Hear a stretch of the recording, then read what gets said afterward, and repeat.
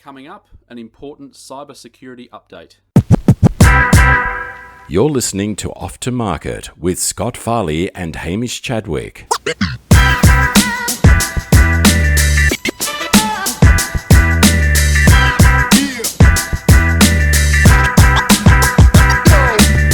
Hi, I'm Hamish, and today I've got Paul Nielsen in again to give you a cybersecurity update. There's an important, it's a critical bit of information that he wants to convey to our listeners because of what's happening in the media, especially with the coronavirus. There's a lot of, obviously, I wouldn't call it hype, but there's certainly a lot of information travelling around the place, and cyber criminals are taking advantage of the international situation when it comes to the coronavirus. So, Paul, can you tell us about what is going on? Thank you, Hamish. Yes, that's a very good point you bring up. The coronavirus is spreading worldwide, and there seems to be a lot of panic spread by the media as to the coronavirus, so people are really interested in it. And what's happening is the cyber criminals have focused on this, and they're sending emails out with attachments that are either files or their PDFs, and they actually are a virus, a trojan virus called inventors virus, not the name of a pharaoh or an emo. It's just a name for that virus, or which started to be used in 2014 as a banking virus. Since then, it's morphed into a virus that can deliver malware onto people's systems, and it's attached to information about the coronavirus, which is a real virus, as you know. And when people click on the link which says get more information about the coronavirus, Right, they download this trojan virus. And because of the level of interest and the pandemic that's sweeping the world at the moment, everybody wants to know about it. Everybody wants to know. In Japan, emails were circulating into 4 prefectures I think they're called prefectures in the states, basically in Japan, which said that they had cases of coronavirus there, and click on this link and we'll tell you how to avoid it. Well, all those links had was the trojan virus. Right, so essentially what we're talking about here is just another dodgy email that may come into your inbox disguised as either a banking notice or something from a government health department. Once you click on that link, it's all over from there. That's what you're saying. So you've got to be very careful, very vigilant when it comes to Correct. Do not click on the link, and what people need to do is to tell all their friends, tell all their family, and if they're in a business, tell all their colleagues in the business not to open anything attached to information about the coronavirus. Right, and I suppose this is the thing too. I mean, we're talking about something which is coming through an email. I mean, most people are aware of dodgy emails that come in. Some of it's collected by spam, but some of it isn't. What can you do to identify one of these emails? I mean, look, I know I get emails into my inbox once every week, really. I mean, that you can tell. I mean, it's either from Apple or from the bank, and usually you can identify them because there's a spelling error or even the typeface is incorrect. It just, something doesn't look right. But what are you recommending? How can people identify these dodgy emails? Well, look, these days they can spoof the addresses. They can download from the internet all the logos and all the rest of it and make up something that looks very authentic. So I guess my rule of thumb is when the cyber criminals are doing it, they send it from an authority source. So the more authoritative the source is, the more likely that it could be, and especially if you have had no contact with them. A friend rang my wife the other day when we started to learn about this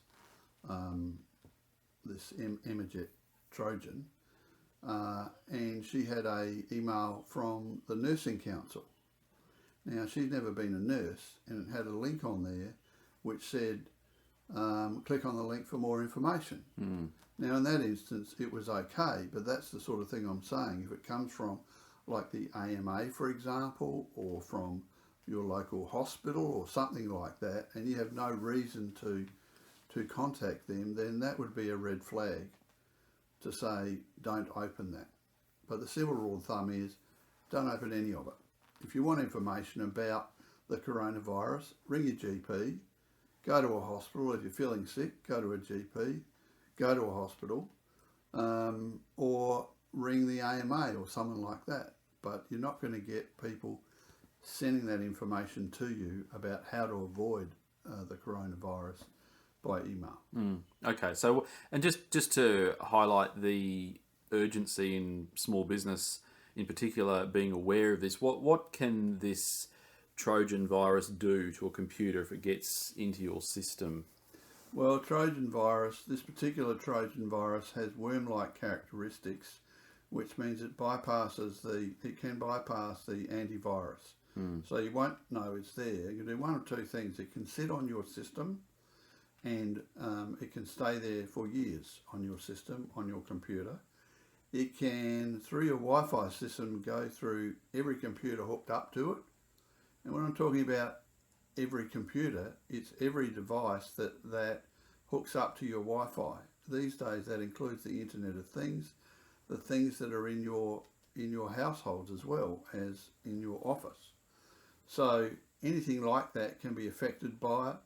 If it gets in, it can also infect malware, ransomware into your system. That'll shut down your whole system, and you'll have to replace everything because this is a relatively new phenomena that there's no easy fixes to. The Department of Homeland Security in the US say this is the most destructive virus they've come across.